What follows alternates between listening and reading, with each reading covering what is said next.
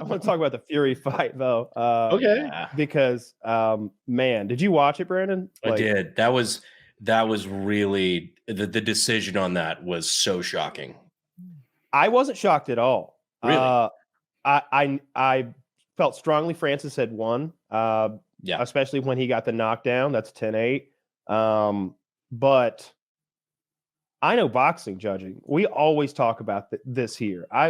We're not boxing fans. We're fans of everything about boxing except for the matches themselves and the judging that takes place afterwards. The same thing happened to Conor McGregor when, he won several rounds. He lost the fight, but he won several rounds. And there were some rounds where Floyd threw like 4 punches and Conor threw 18. It's like, you gave that to Floyd? Like, the fix is in, cocksuckers. Like, you're not even trying to be a real sport. But Ngannou clearly won. He outboxed him for several rounds, certainly more than Fury got the best of him. And he was always the guy who was hurting someone. Like Ngannou never looked injured to me. Even when Fury threw that big right elbow and clipped him on the brow, he just ate that. Meanwhile, they got in the clinch once, maybe second round, and like 2 or 3 quick uppercuts, and Fury's bleeding. I was like, he's bleeding? He like cut That's his what happened. And shit.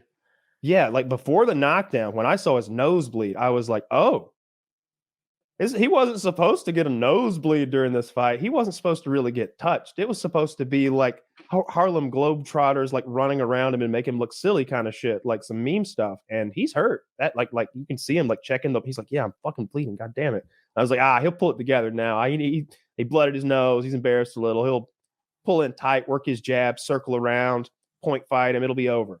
No, knock the fuck down the next round. It was a fun fight to watch. It was one of my favorite boxing matches I guess I've ever watched because I expected so little and got so much. And I wasn't shocked at all when they gave it to Fury. I would have been. There's no way they were going to give it to Ngannou because they already brought Fury's next opponent there to the match. Like they're setting up the next big one while they're doing. He'd have to knock him out to win. There's a thing in boxing. Being the world champion is a little bit political. I don't know how many boxing belts there are. Are there 5, 7, something like that? And sometimes you can't have them all. They'll be like, Woody, you have to defend your belt against Kyle, or we're going to strip your belt. And some other organization will be, you have to defend it against Taylor, or we're going to strip your belt. And it's like, well, fuck, what are we going to 2v1? I have to take one of these belts and dump it in a trash can. I'm just out of luck. So that happens. But then there's something called the lineal champion. And that gets a lot of respect in the boxing world. This is like, you can go all the way back to the very beginning and say, this was the heavyweight. And then he got beat by this guy, and he got beat by this guy, and he got beat by this guy. He retired, and I forget how they handle that, but there's a way. And right now, Tyson Fury is the lineal champion. Yeah. And even though he didn't put his belts on the line, Ngannou would have been the lineal champion, which matters if he had won. He should update it and just say he is. It should be his Twitter. He did. I'm almost sure he said that. I almost positive he said that on the Errol Hawani show. He's like, it feels good today. I am the lineal heavyweight champion of the world. Is that what he sounds like? Yeah. Steal from me. Yeah, he's Nigerian. Cameroon, right? Yeah. Is that in Nigeria? Yeah. Oh, maybe am I wrong? I don't. I think Kyle might be right. Big world out there. Yeah, it's like French Cameroon, something like that. Oh, is he? Sorry. Oh, he's French. French Cameroonian. Yeah, he's French. I don't know why I thought he was Nigerian.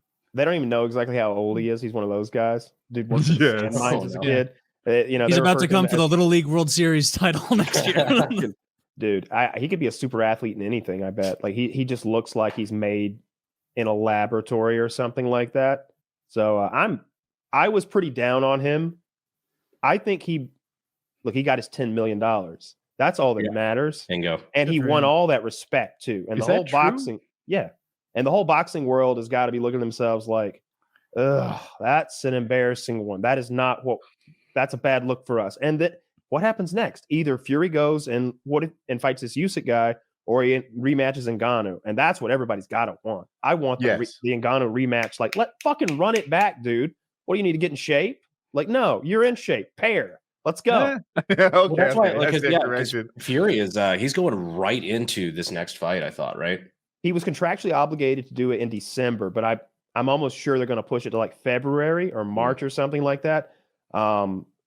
I think Francis. I said it wrong the other day. I said that Francis's PFL opponents get a guaranteed $2 million. It's a guaranteed $1 million. I had heard 2. I think he asked for 2 and got 1. I mean, maybe. But still, you're going from your $300,000 with Dana to 600 was his best ever. But yeah, 300 probably though, right? Maybe, I don't know. Yeah, I think he got 300. I wonder if he really got so in boxing, as you guys know, a lot of times they lie about the purses. It's part of their like promotion. They're like rappers almost. I made $30 million last fight. I wonder what he really made. I heard the pay-per-view buys were awful. I heard the pay-per-view buys were under 10,000, and that's really bad, right? Like it is atrocious. It's lower than like an average boxing night, like a regular WEB or whatever. It's lower than that. I think Wings and Boogie beat that. You could probably put on a big jiu-jitsu tournament and get more than Gordon Ryan could do jits against GSP, way more than 10,000 buys. Just fucking jiu-jitsu tournament alone. So that's a stinker. But the thing is, you can't look at it. You have to look at this fight in a vacuum. The Saudis funded this shit. They poured liquid money into this from every orifice. So the numbers I saw was 55 to 65 million. It's quite the visual. Yeah. Suddenly my anus is being burned by molten gold. Even then, even just the people that the Saudis were paying to show up. How much you had to pay Eminem to fly to fucking Saudi Arabia? Do you know how much money Eminem has? I know one other. I can't say who it is, but it was another big YouTuber and think like Ronaldo was there. Big boy. They offered him like $2 million to show up. Ronaldo was there. Kanye was there. What do you pay Kanye to fly to Saudi Arabia? I don't know. It's got to be something absurd. And then the fight was a ridiculous performance. I hated all that horse shit that got put on. There was some sort of light show that everybody pretended like was cool. I don't know. They had some big glowy box thing that did some special effects. But it wasn't cool. I thought, come on, let's go. I've seen a light show before. You don't like a little pomp and circumstance? No. I really hated they had like some British rappers or something like that come out, and that shit's always lame as fuck. Like rap with a British accent doesn't work. Like, you aren't hard. I know you're not. Like, what do? Like kitchen knives, like butter knives. I'm from America. We have real gangsters here. Okay. Like you're not a real, you can't gangster rap me with that English accent. And it's true. I didn't think about that. You got 50 quid who was stabbed 7 times. Yeah. 50 quid. 50 pence. Yeah. Gonna pull out a Bren gun like it's lock, stock, and 2 smoking barrels. But the numbers that I read was Ngannou got 10 mil. Fury got like 65 million. And the event, as far as pay-per-views, would have lost like 180, 250 million or something like that. I bet they poured $250 million into this event. But by the time they flew everyone in, did all that media, Mike Tyson, I heard Mike Tyson was paid handsomely. And every time you see Mike Tyson, he's just like, I'm so happy to be here. Like, he's so happy to be there. He's got a nice new suit on. Everybody's kissing his ass. They made him Ngannou's trainer. Come on. All right. Mike Tyson's never trained anybody his whole life. He's never done that. I'm so stupid. I believed it for a bit, like for a couple of days. I like Mike, so I will believe it. I'll believe that. Like, maybe he told him like, don't get hit in the head out there. Yeah, he might actually great advice. Does anyone write this down? Gus told me this right before he died. Don't bite them in the ear.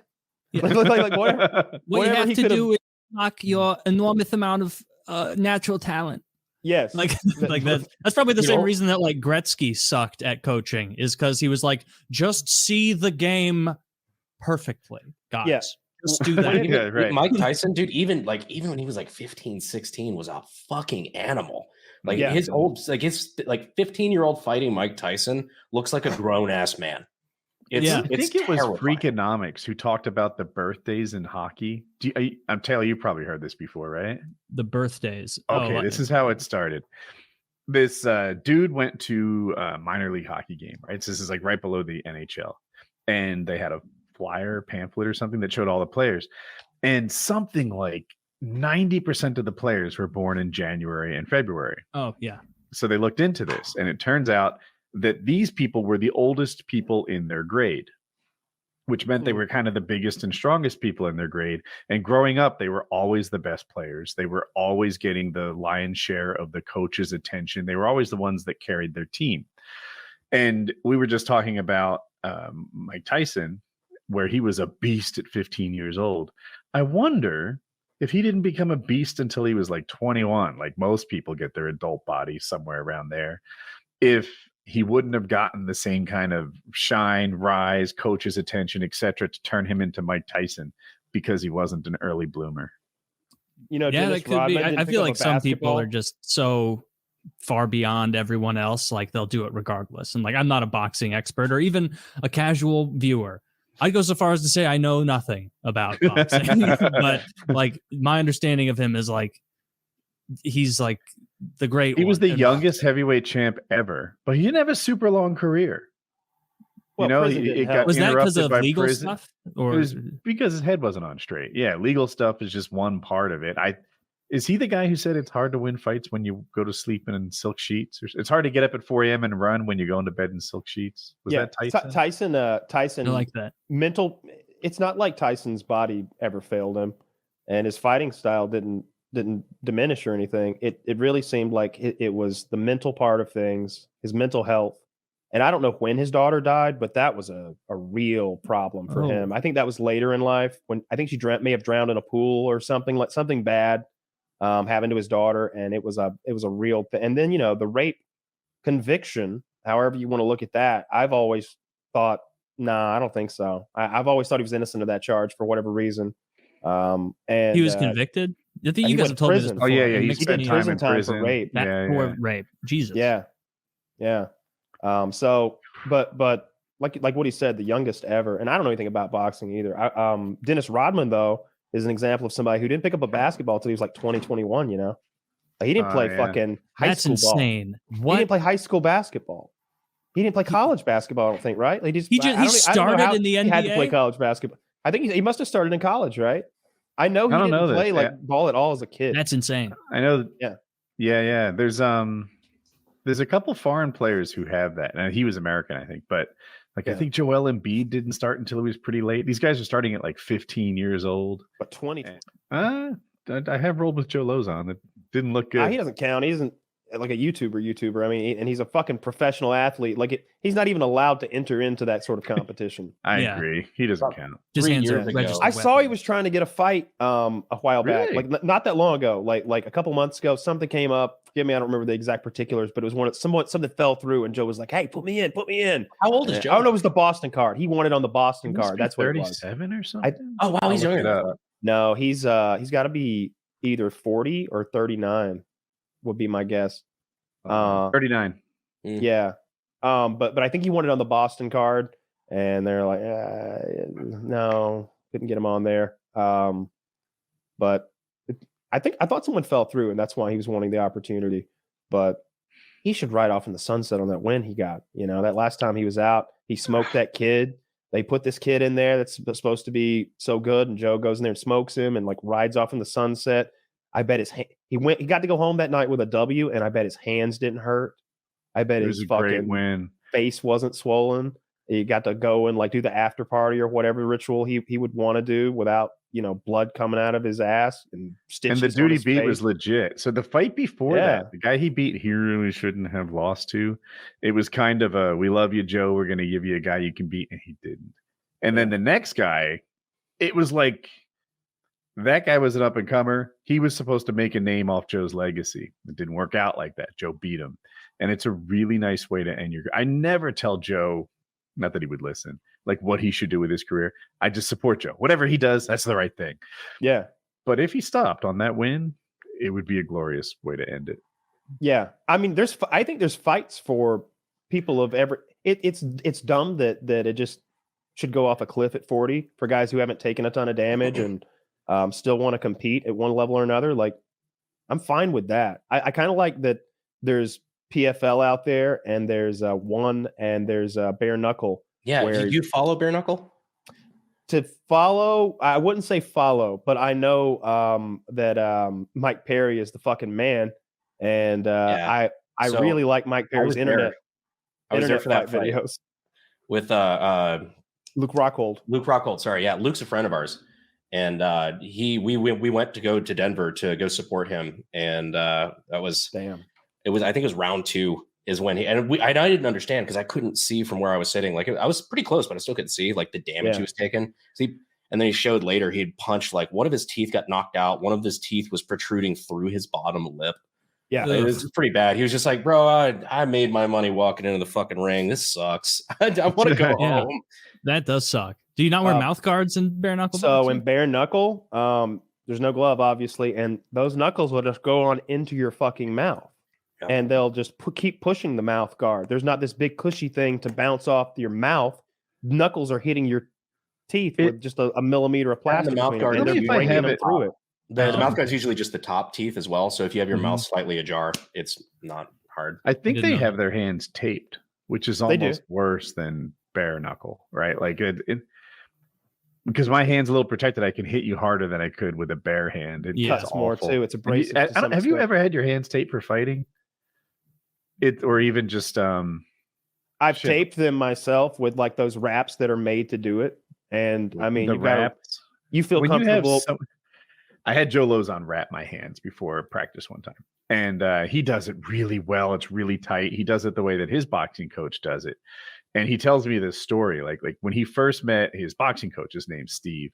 He's like behind the scenes wrapping his hands, and he's like, "There you go, sleeping pills."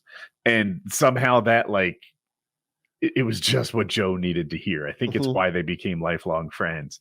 So Joe's wrapping my hands, and he's like, "Here you go, Woody, get you some sleeping pills." And I'm like, "Yeah." No, me and you, Joe, birds of a feather.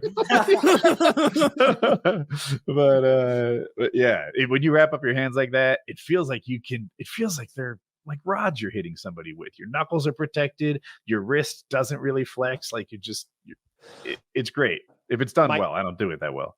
Taylor, I always like to recommend like fighters for you to get behind, like Sean Strickland. I immediately pushed him. I was pushing Sean Strickland like well before he became champ. That guy's Twitter is a hoot. It is so funny. Great. Consistently Mike Perry on random, very politically incorrect things, and it's hilarious. Yeah, he'll just be like, "I'm done with political stuff. I saw this fucking homeless guy," and then like just go off on something else. Yeah. It's just funny. It's good. I like it. He's wonderful. He keeps winning. Mike Perry's another guy you might like. So I've mentioned him before. He's the guy who got like his ancestry DNA back, and he was 2.2% sub-Saharan African, and so now he thinks he can use the N-word and like jovially, like never in an abrasive or mean or offensive necessarily from his point of view kind of way, as the sort of just drops it. And there's this great internet video. He was at sort of an outdoor bar restaurant type thing. He's being removed from the premises or asked to do so because of an argument that he's gotten into with some older gentleman. And he's leaving, but he's saying, "Hey, you said you called the police, so I'm going to wait out here because if the police come and a police report is written, I want my statement on it as well. You're not going to write up and get a bunch of witnesses together and put some paperwork on me while I'm down the road drunk. Like, no, I'm waiting." But they won't let him say that as clearly as I just did. There's a lot of shouting and pushing. And this big, fat, older guy is getting way too close to Platinum Mike Perry for his comfort. And he says something like, "I'll knock you the fuck out, old man."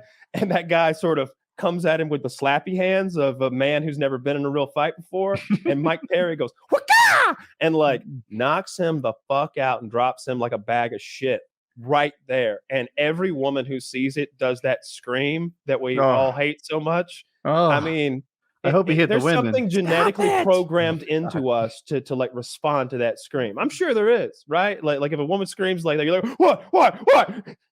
It's I hate awful. it so much. He's laying there, looks like he's fucking dead. And Platinum Mike Perry's like, "It's what you get, ninja. It's what you get.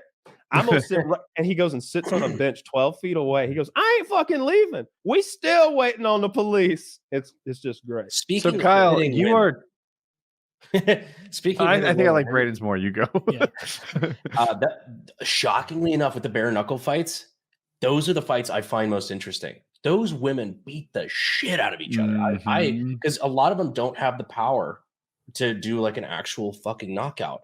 So they will go as long as the bout goes. And by the like 6th round, their face is just hamburger. And you're just like, please, will somebody just fucking call this? But you don't know who's winning necessarily. I can see that's why I don't like it. Very entertaining. It's too much for me. Oh, not me.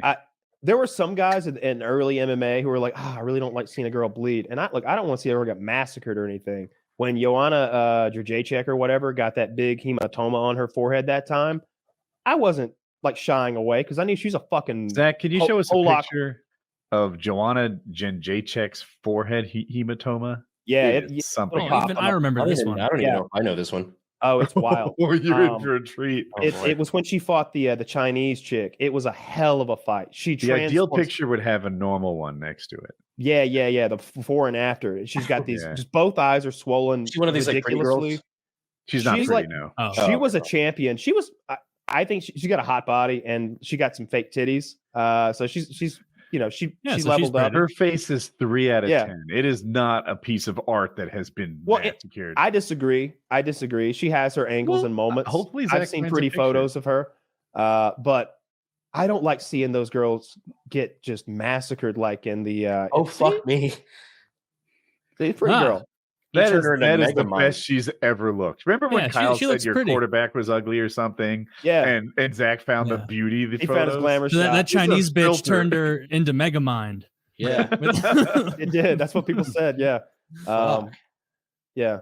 That's what she really looks like. What's that? She's just doing some facial got like a mud mask on or something there. I don't know why we're looking at this.